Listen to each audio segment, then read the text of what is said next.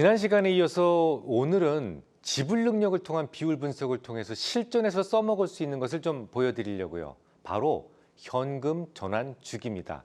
이 현금 전환 주기는 CEO가 처음 부임했을 때 그 회사의 상태를 살피기 위해 가장 먼저 뽑아보는 지표라고 말씀을 드렸었죠.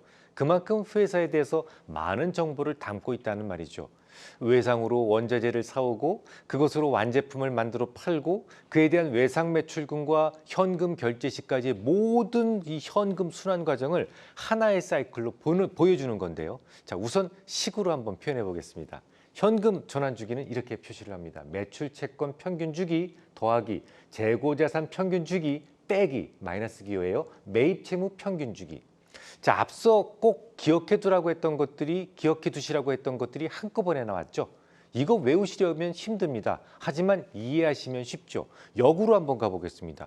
기업이 물건을 만들기 위해서는 원자재를 사와야 되잖아요. 원자재를 외상으로 사오면 매입 채무가 발생합니다. 그 다음이 그 원자재로 물건을 만들면 재고자산이 생기죠. 그 상품으로 외상으로 판매하게 되면 매출 채권이라는 게 들어옵니다.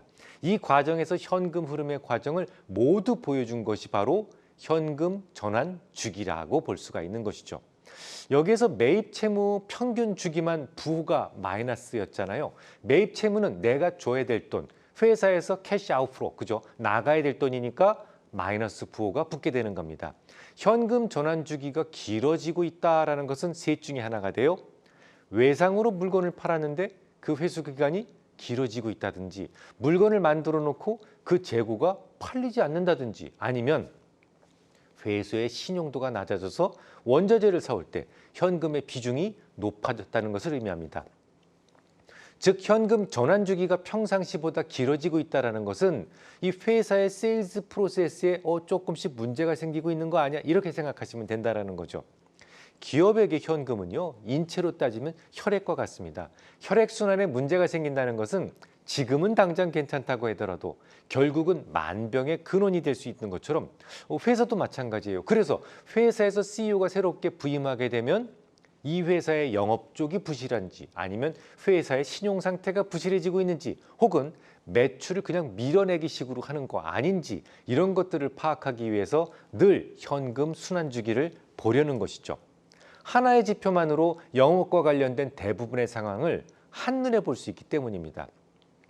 실전 투자에서도요, 고수들은 투자하고자 하는 회사의 현금 흐름 주기를 자주 참조하고 있어요.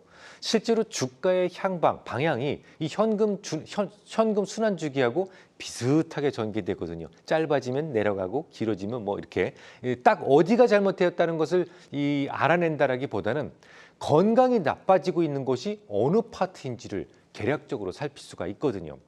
자, 그러면 실전으로 들어가 볼까요? 지난 2008년도에 하이닉스의 현금 전환 주기를 예로 들어보겠습니다. 자, 맨 아랫줄을 한번 보세요. 1회전 운전 기간이라고 되어 있죠. 이게 바로 현금 전환 주기입니다. 회사마다 조금씩 표현이 달라요. 점차 짧아지고 있죠.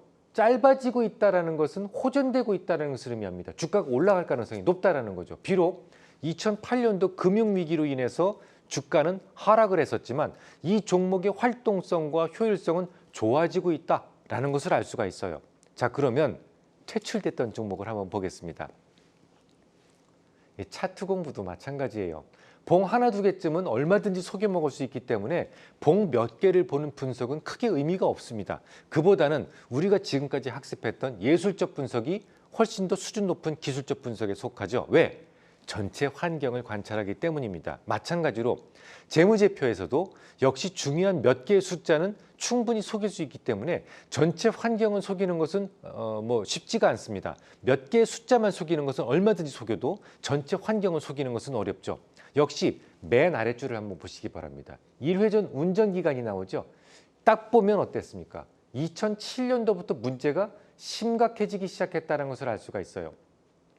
지난 시간에 이미 확인했었지만 남들이 흔히 보는 유동비, 당좌비 이런 것들은 분명히 멀쩡했었습니다. 확인 다 시켜드렸죠. 우리는 학교 공부를 할 때 유동비 같은 것들이 그 회사의 위기를 알아볼 수 있는 도구다라고 배웠어요. 그런데요, 실전에서는요, 이거 아무런 도움이 안 된다. 이런 것들을 이미 지금 다 확인을 했어요. 이제 투자의 고수들은 어떤 것을 더 유심히 보는지 아시겠죠? 이례전 운전 기간에서 갑작스럽게 기간이 늘어나고 있는 2007년도를 한번 잘 지켜보시기 바랍니다. 아래에서 위로 7번째 줄을 보시면 매출 채권 회전 주기가 보여요.